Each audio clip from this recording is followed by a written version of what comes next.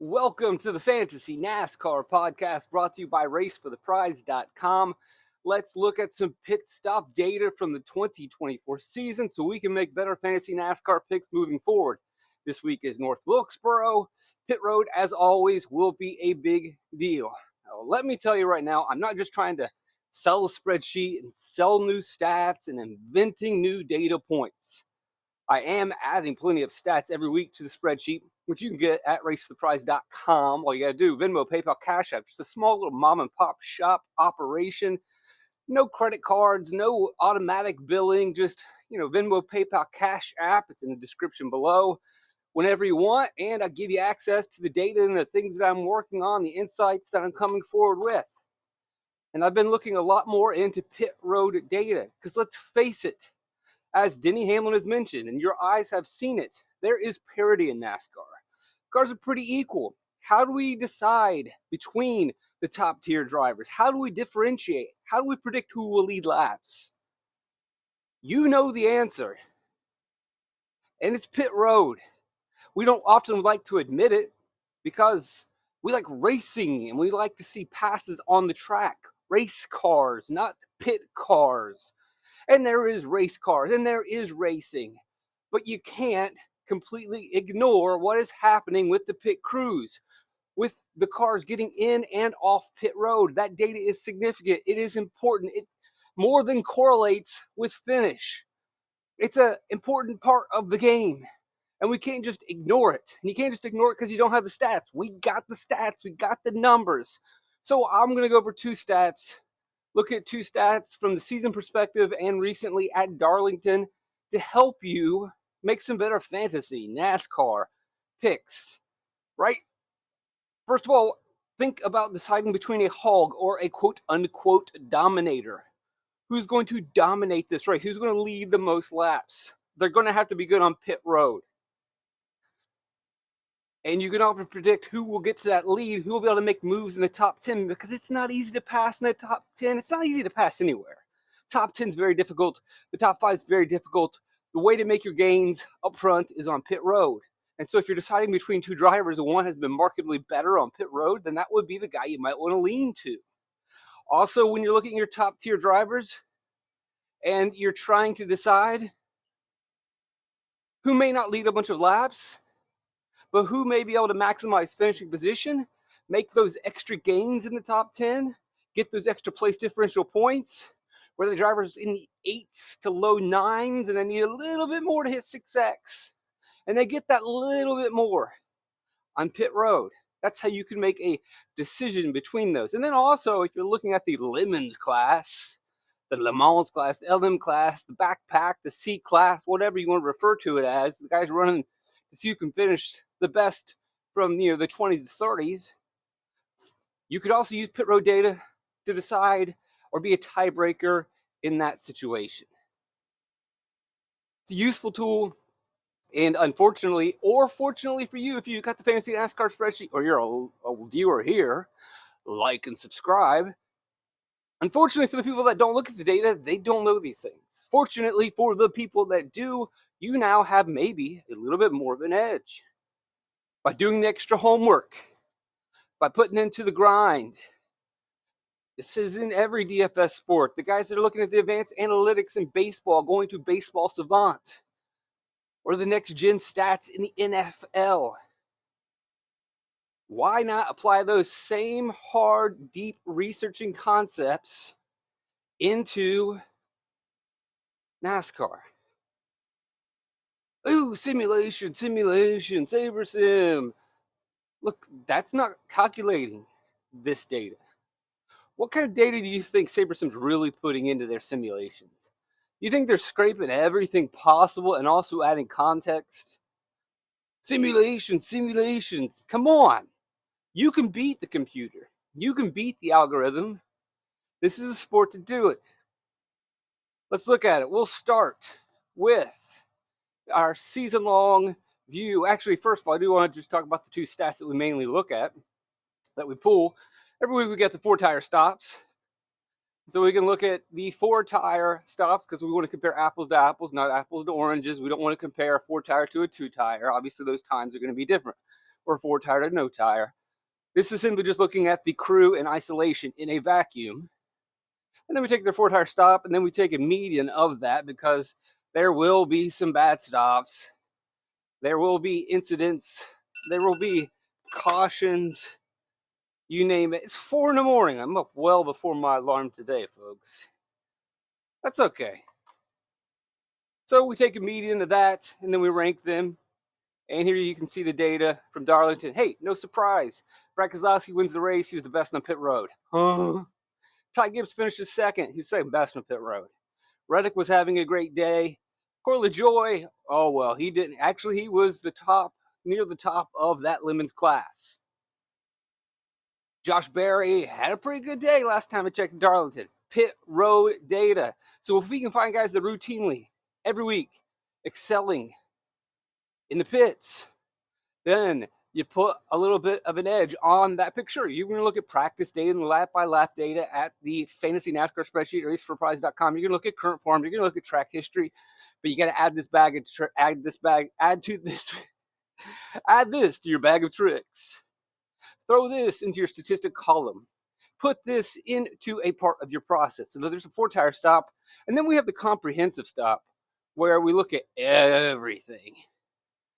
We look at when they're pitting, how long to take them get in, to get out, ranking all of that, the comprehensive overlook, the big picture.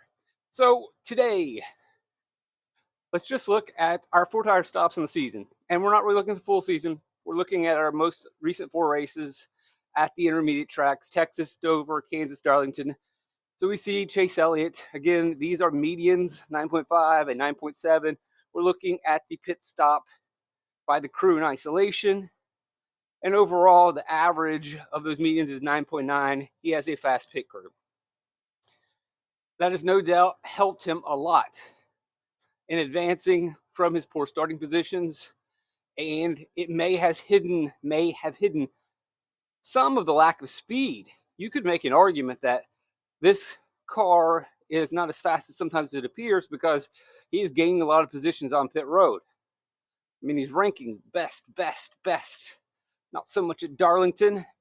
Finally, one of those bad days on bad pit stop starting positions finally caught up to him. Logano has been fast. Again, there's another situation where Logano hasn't been that great this year. And boy, imagine how bad a season would be recently if his pit crew were not as good as they've been. Kyle Larson, third. Makes you feel very confident and comfortable in picking Kyle Larson as a hog. Having this knowledge is an easy thing when you're trying to make tiebreakers. You're coming down to Sunday afternoon, like, God, do I stick with Larson? And who's going to lead the most laps?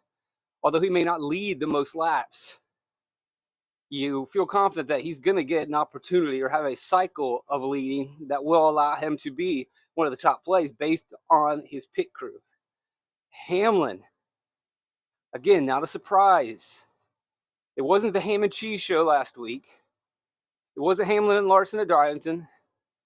Larson got into it could have been the Larson show. Hamlin didn't quite have the car. Again, he also had a bit hood that may or may not have affected the car, but it just wasn't their week. It was the Tyler Reddick week. But both of these drivers have speed, and they're also checking that secondary box of they've got a fast pit crew. Tyler Reddick's crew has been on again. We look at Texas, probably should have won that race. Pit crew. Darlington should have probably won that race. Pit crew. Everything's going right. Austin Cindric is unique, and we're going to come back to this, but he does have a fast pit crew. And so we're going back to that idea of, all right, if I'm making decisions between the Lemons class and value options, this is definitely useful. And like, do I want to go with Cindric? Well, he has shown a little bit more speed every single week. They're not as slow as they were about a month ago. And if you get him at a cheaper price, can he beat all of the cars in the Lemons class? Yeah, he's about a top 20 car. And if he has a good day on pit road, then maybe he gets up to the top 15. That's a value hit right there. Now, the problem with Cindric is getting on and off pit road, and we'll look at that here in a little bit. Win Byron pretty good. Ty Gibbs, as we witnessed at Darlington, a 9.6, second best on the day. Helped him get that solid finish. Christopher Bell, and you'll see like, oh, well, he doesn't have, because that was a wrecked out day. So you can see on the screen who we have in terms of our rankings on Pick Road. You look at a number like Martin Truex Jr. You're trying to decide, do I want to put Martin Truex Jr. as my hog? Well, being 17th in the pits definitely says, maybe this is not going to be my guy when you use that kind of information. Now, Bubba Wallace is ranking down here pretty low, but we also have to factor in that, well, they did have a bad day at Kansas. Overall, this would be 10 seconds flat, right? If you were to throw that out, manipulate the data a little bit, then he's right back up here. So some of this stuff you want to manually calculate for as well. Use your own contextual knowledge. But that's the stuff that you can do if you have access to the Fantasy NASCAR spreadsheet. Venmo, PayPal, Cash App. At least leave a like, subscribe, share, recruit people. Who else is breaking down pit crew data? Who else is giving this information, this insight, this edge for you, the die-hard, the people that love NASCAR? Obviously, this isn't the just always want to pick show. The I just want to pick guy, and I just will give you the pick guy. That's on the weekend. They don't work during the week, right? Guy works during the week. The diehard, it's you. And it's me for you. The Sport Tire. Let's do a quick review of our full in-outs quickly. So on this sheet, we see Larson. Now I've put their average starting position. I'll explain that in a second. And then where we rank their average starting position. So on the season, Kyle Larson's average start of 10.6 is the best. We've got their 4 tire, which is 10.2. We just went over that. Larson was third best. Now here, we are ranking their in-out times. I am not putting the number on the in-out because different tracks have longer pit roads. So you can't compare apples to apples. Talladega is a long pit road. Some have shorter pit roads. So you can't do that calculation. What you can do is just say, all right, how long did it take you to get into your stop? How long did it take you to get out of your stop? Not calculating the pit time, just the part that the driver controls. Are you maximizing speed to get down pit road and off of pit road? And then we look at the median of those.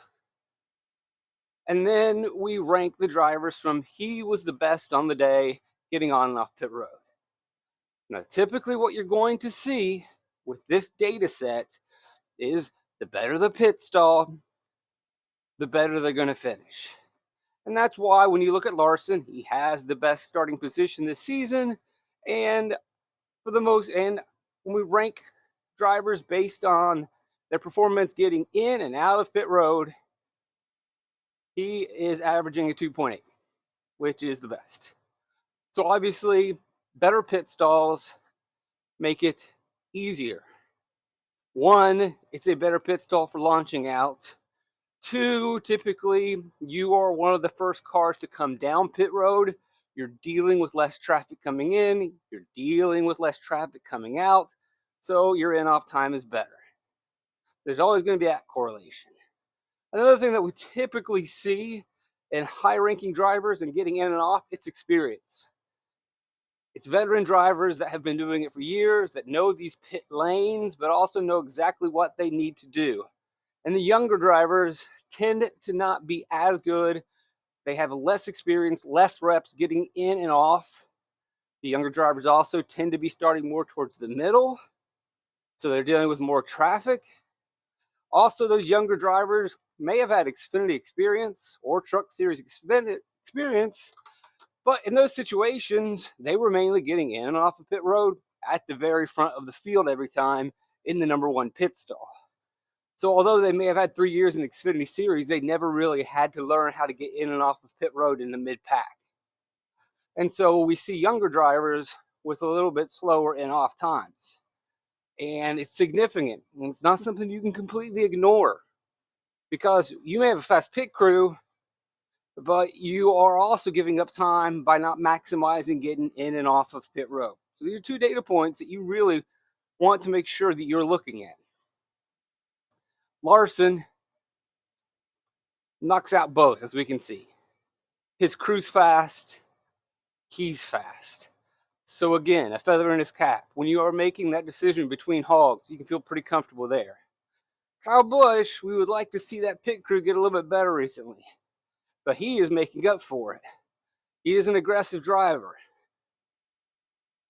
Joey Logano, again, if they could ever get some speed in this car, which it doesn't seem like Penske Ford is going to do anytime soon, he's got the crew and he's got the skill to really make those gains inside the top 10, top 5, cycle to the lead and lead some laps. Hamlin, no surprise. Bubba Wallace, an aggressive driver. Shouldn't be too surprised here. Again, remember, if we are to throw out that one Kansas race, Bubba jumps up a lot.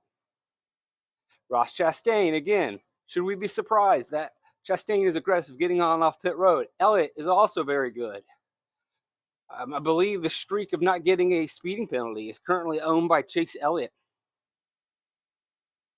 Eric Jones is up here, but the pit crew is holding him back. Martin Truex Jr., we talked about how his pit crew was hurting him a little bit, but being a veteran driver, he's getting a lot out of the car. Reddick, good little combination. Like to see him be a little better, but still pretty solid. And then we got William Byron, Chris Bell, Buescher, Keselowski. Let's see if there's any surprises. Now, again, like I said, as we see some of these younger drivers, or also drivers who tend to start closer to the back, we see that Corey LaJoie's average starting position is 30th, so he's never really in the greatest pit stall. That's going to hurt him.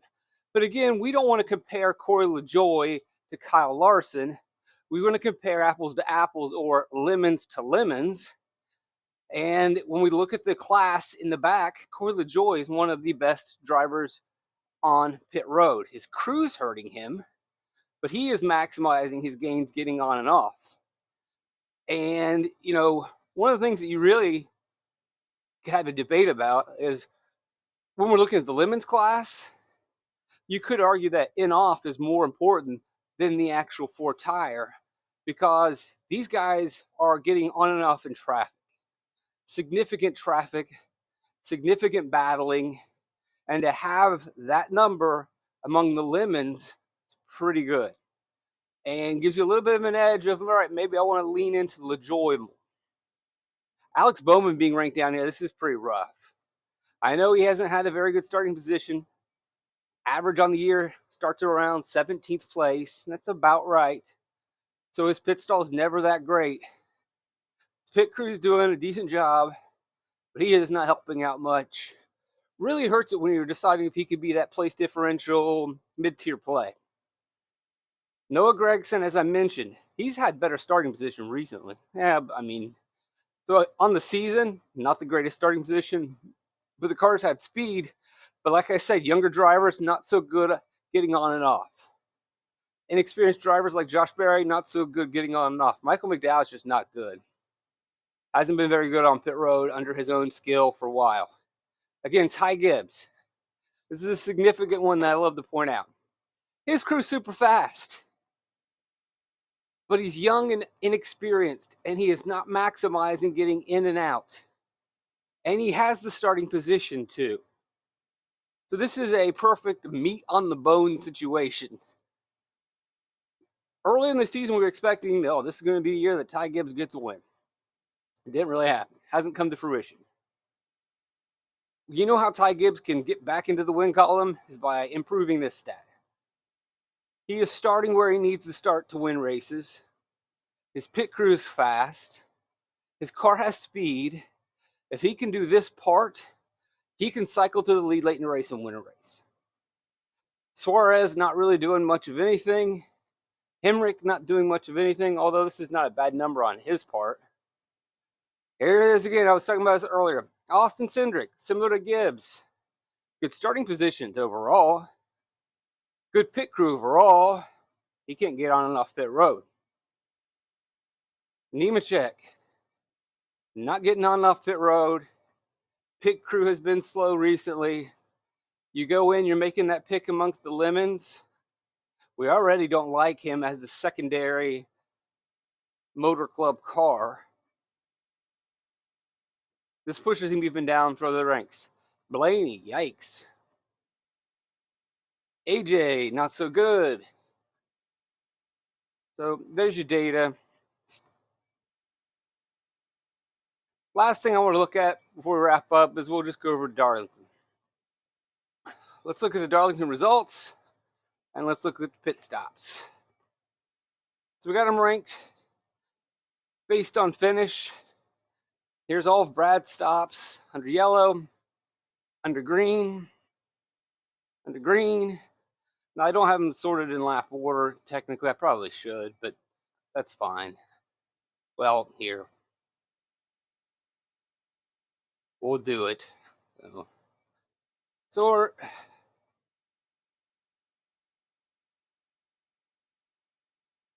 There we go. So we can see all the stops. Lap 37, 93, 124, you see it. The condition of the stop, even the actual race time, how many seconds into the race, the total time of the stop. So when his very first stop, it was 44 seconds, 26 seconds in, 11 seconds in the pit, 7.3 seconds getting out, 4 tires. He was in second position. That slower stop cost him 5 spots. Tough. Now, that was a green flag stop. So you got to be careful looking at that metric because you can cycle to a certain situation. He may not have really lost 5 spots once they cycled out. If you really want to look at gains on pit road, the best is only to look at the yellow flag conditions. And you can see here in lap 93, he grabs 2 spots. And those are significant spots because that's going from third to first. You want to predict hogs. You want to predict lap leaders. You want to know who's going to make gains in the top 5 when it's hard to pass. That's how it's done, folks. Aries did it again. Did it again. Now, this is a green flag stop, so you don't really want to look at that to get an idea of the metric. He came out in 6th, but once they cycle several laps down, it could be a different situation. Lap 234, yellow flag, holds. Great day on pit road, wins the race. 9.5 is his average time. There's more data we can dive into, but there it is. Good pit crew, good day. Ty Gibbs finishes 2nd. Pit crew on the day. Look at these times. Good Lord, that is fast. Wait, I'm sorry, getting in. It's not a very good data point because that's him getting in. He had a pit stall closer to entry. Sorry, these are fast. 9.6, 9.5, 9.5, 9.5. Overall, still pretty good. Pretty good day for our man. But the thing that I do want to look at is over here. So here we can see our in-out times. This is not taking into the pit stop time, which is really good for Ty Gibbs, really good for Brad Keselowski. What about in and out? So in and out, completely in the control of the driver. We're pulling out the actual stop, 33, 32.9, and then we rank them among all the pit stops on the day. And if you just look at the color coding, you can see that as far as getting in and out of pit road, Keselowski's up there with the best. And as we know over here, he had some pretty good stops with his pit crew. Actually, we just look right here. Pit crew, 9.5 median, best pit crew in terms of in your stall. Ty Gibbs, best pit crew in terms of being in your stall. All right, now what did Brad Keselowski do for his part? He got in and off pit road pretty well. Ty Gibbs, okay, but not the greatest. Meat on the bone. If he Could get better at getting on and off pit road. This guy will be a race winner.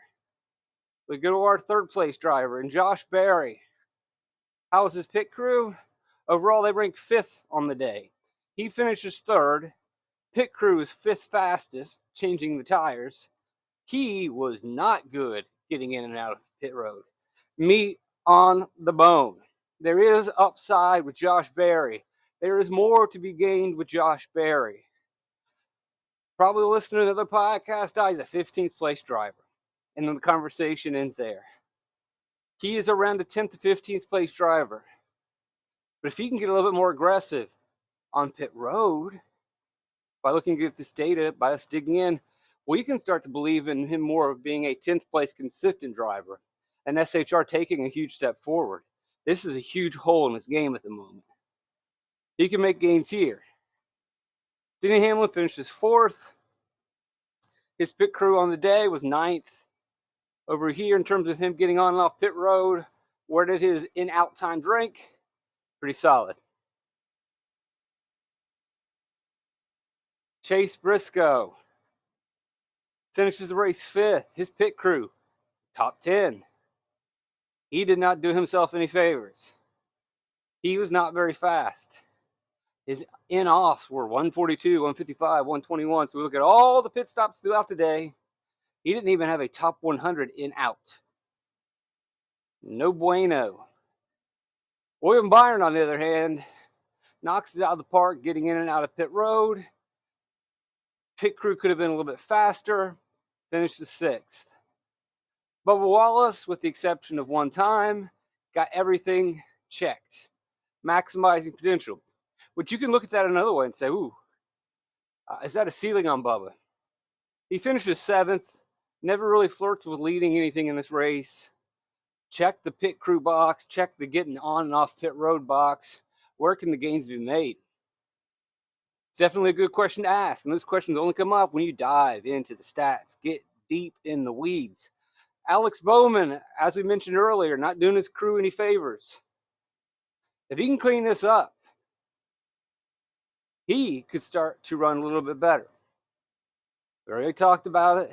If he cleans up his pit road, maybe that's the missing piece.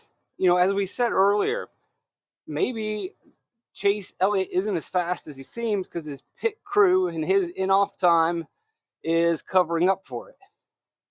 Well, maybe the opposite could be said for Bowman. Maybe the real situation is not that Bowman's car lacks a lot of speed. It could quite possibly be that his inability to get in and off of pit road, and it's been hampered by starting position and poor pit selection, but his inability has really hidden some of the speed that 48 car could possibly have. And there could be something here. This could be a diamond in the rough, a little bit of hidden value. We may have found something here. And if you are hanging on and you're the type of guy that's listened this long to a Fantasy NASCAR Pit Crew video, this could be your reward right here. This could be your gem. This one ain't going to get repeated in another Fantasy NASCAR podcast. A lot of the stuff that I do, you know, and I've mentioned this before in the past, you know, I do early week podcasts. So I do tons of homework and I put it into the video on Monday and Tuesday. And this has been happening for years. And I've had conversations with competitors about it. And it's fine. I am flattered. What'll happen is I will do all the work. They will listen to my podcast. They will record their podcast on Friday night or Saturday and simply repeat exactly what I said and never cite me once. Some dudes are good dudes and they will cite me. Sterling cites me. Cool.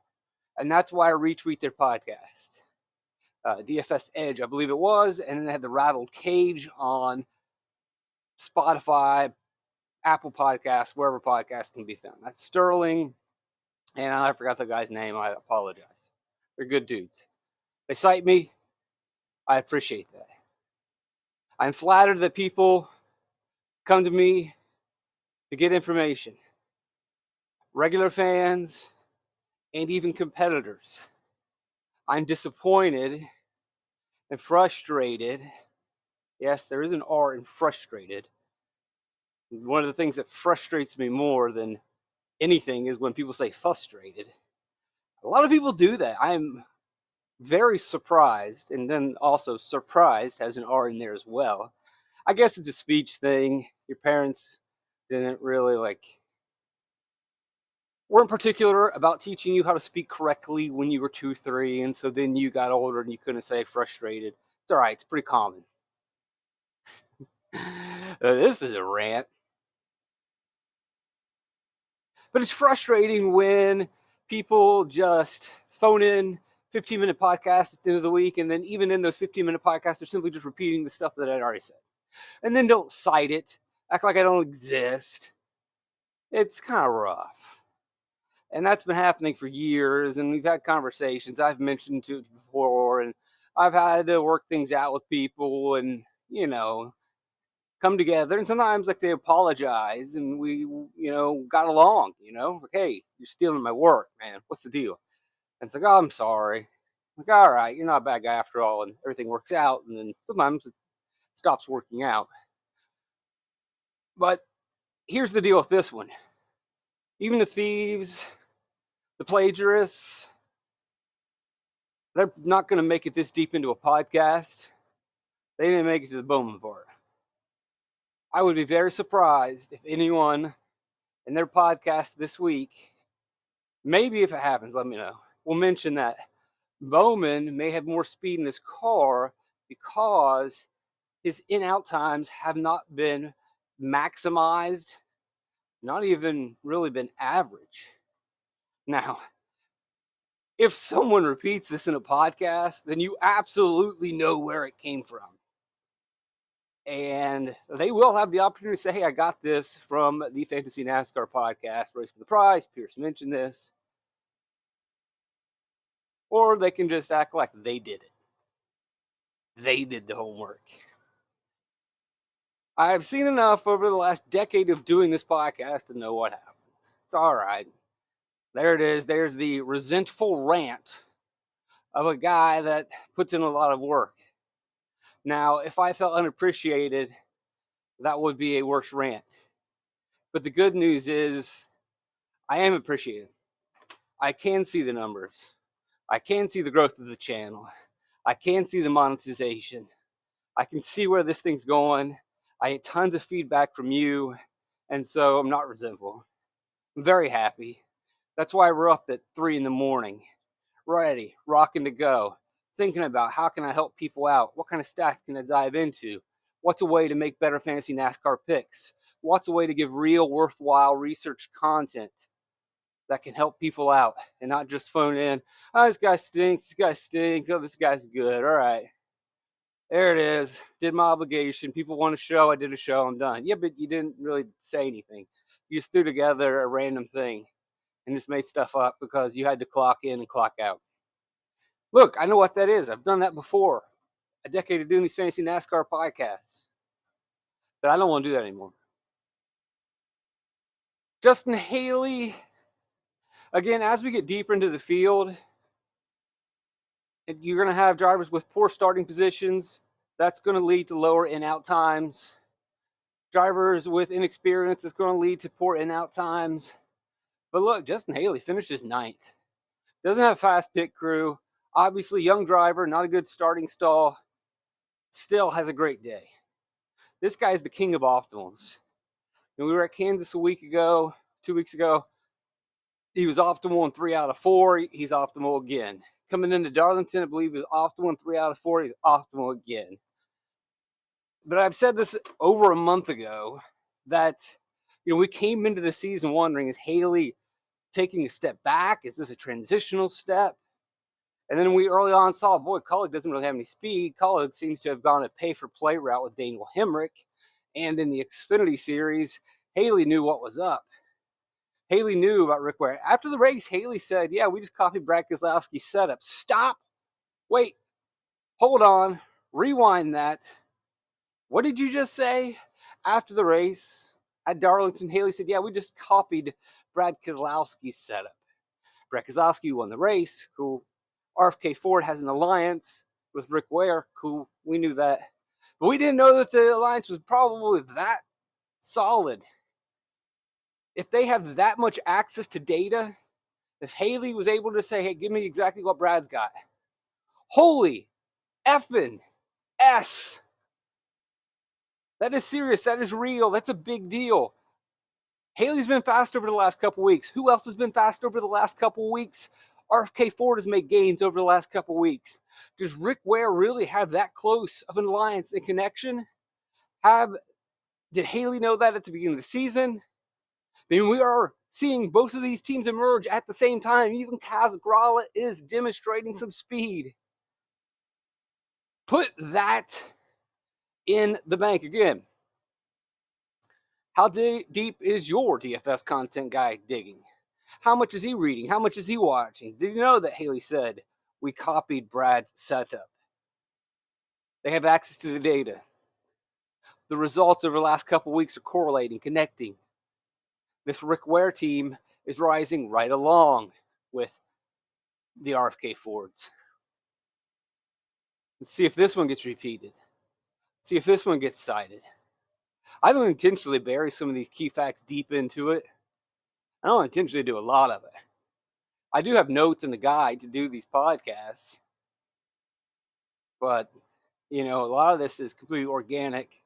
And me just having years of practice speaking in front of a podcast mic, but also speaking in front of 14-year-olds, 13-year-olds who don't want to hear anything you have to say. And so having to be able to be entertaining, articulate, and punctual, all of those things, jumping on tables, you know the game. There it is. Didn't mean to bear that one. We already talked about McDowell. Ross Chastain, as I mentioned before, very aggressive getting on and off pit road. Crew didn't really help him out much. Maybe that could help boost Chastain to the next level. Chase Elliott, not the best day on and off pit road. But this is probably the week where that poor starting position finally got to him. Poor starting position, Darlington, the in-out time is going to suffer. It's just the facts. Christopher Bell, pretty good in and out. Average pit crew. Gregson. Now, this is one thing I do want to know. And I talked about earlier when we were looking at overall pit crews. Gregson, overall, as a young driver, has not done himself any favors getting on and off of pit road. Just 19th. Which, again, isn't bad if you're putting him in the Lemons class, but he's not in the Lemons class. He's supposed to be in the top tier. So overall, 19th, that's not good. But what we notice here at Darlington, 14th in terms of getting in and out. There was an improvement. That is something we want to see, right? That's what we're asking for with Ty Gibbs and Josh Berry. Gregson got better getting in and out of pit road. Then his pit crew let him down. There's something there. Meat on the bone, meat on the bone. Gilly, not surprised. Never great starting position. Younger driver. Corey LaJoy, as we've already mentioned, pretty good overall. Priest, not surprised. Poor starting position. Young, inexperienced driver. Kaz Grala, not surprised. Young, inexperienced driver. Poor starting position means bad pit stall. Eric Jones, not a bad day getting in and off pit road for a guy who hasn't raced in a while. And a guy that was starting in the back with not one of the best pit stalls. But his pit crew, they were the ones that were rusty. Eric Jones is like, hey man, I'm the one with the broken back. Come on, folks. Austin Cindric, as I mentioned before, he's got a fast pit crew, although this is probably one of the weaker performances. Not bad though, 10.1. He is not getting it done. Then when you say like, oh, this could be that value play in the mid-pack because his pit crew is so fast, then it negates those gains because the clown can't get in and off the pit road. And so, where he could be making gains, he's losing spots. Logano, pretty solid. Finishes the day in 21st. We don't need to go through the whole thing. There's your top 20. That's awesome. We'll put up one last thing to close out the podcast. Just a real quick discussion on 4-tire gains.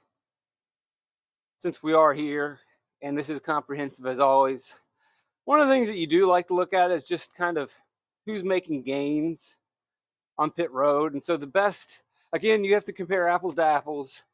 So you just want to look at, we're sorting based on 4-tire stops and only under yellow conditions. Because remember, if you look at position in and out under green flag, you've got cycling issues, and it's not a real test because you got to wait laps down the road to see who's really making gains.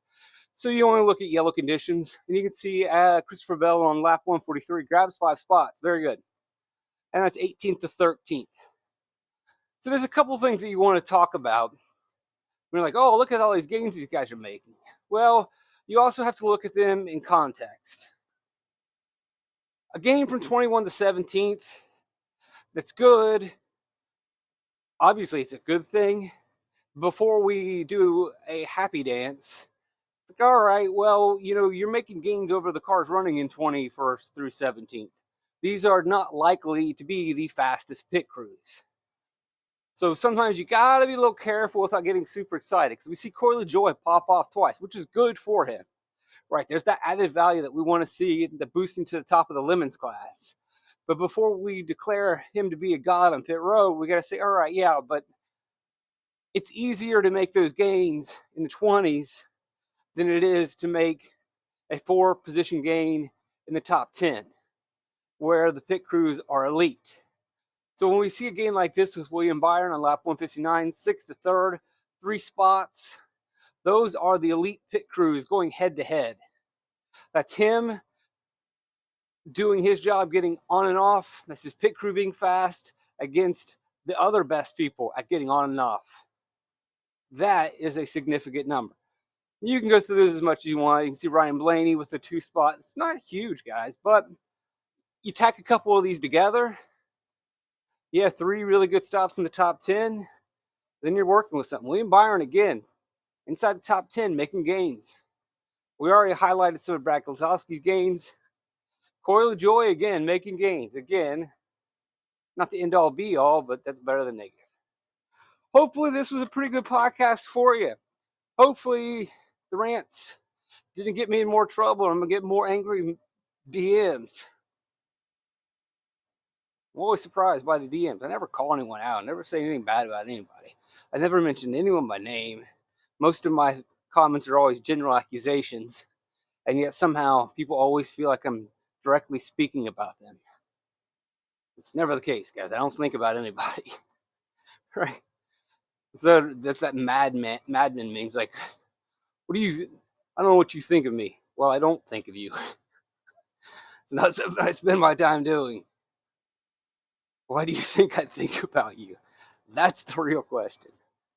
So, and if I did offend someone, like I don't mean to offend anybody. I'm not trying to offend anyone. I'm not trying to attack anybody, start any wars or whatever. And like, I apologize. That's never ever the case for me to try to harm or hurt anybody. And if it was accidental, then I'm sorry. Just go ahead and take that blanket apology. I know it doesn't seem very sincere, but how sincere can I be when I really didn't do anything or say anything? But like, if I feel like I personally attacked you, then look, I don't mean to attack you. I'm sorry. I mean, if you did something that you feel like I'm attacking you over, then what did you do? I don't know. But if you didn't do anything and you feel personally attacked by something I said, then I'm sorry. I didn't mean for it to come through that way in any direction. But I'm sure something that I said is going to send some DMs my way. Or some trolls will, a lot of times there's, and I'm actually surprised by this. Here we go, rant story time. I finally realized, oh boy, we're out of time. You can hear the beeping. We'll fire up the treadmill a little bit longer. Not supposed to, but I got a couple more things to say. Apologize for the beeping. Find the thing back up. Here we go. They're gonna hear some more beeps in a second, guys. Actually, we'll let it die. And we don't need to talk about the trolls. Surprised by the trolls, but I shouldn't be, because they have subscribed to content. They're loyal to their content. It's their purchase. They want their purchase to look good. They don't want to feel bad about making the wrong decision with their money. And so they pick a team. They support that team. And so then they troll me and then tell the other people lies. And that's a terrible way to end a podcast. The treadmill going down kind of threw me for a loop. I'm sorry. Well, you're supposed to wow them in the end, and this was not a wow in the end at all. It's great content up until this point. Holy crap, train wreck at the end. Just get out of here, man. Shut it off. It's only going to get worse. You're right. It is only going to get worse. I love you guys. Blessed to have you around. Trip to Light, fantastic. Get the hell out of here.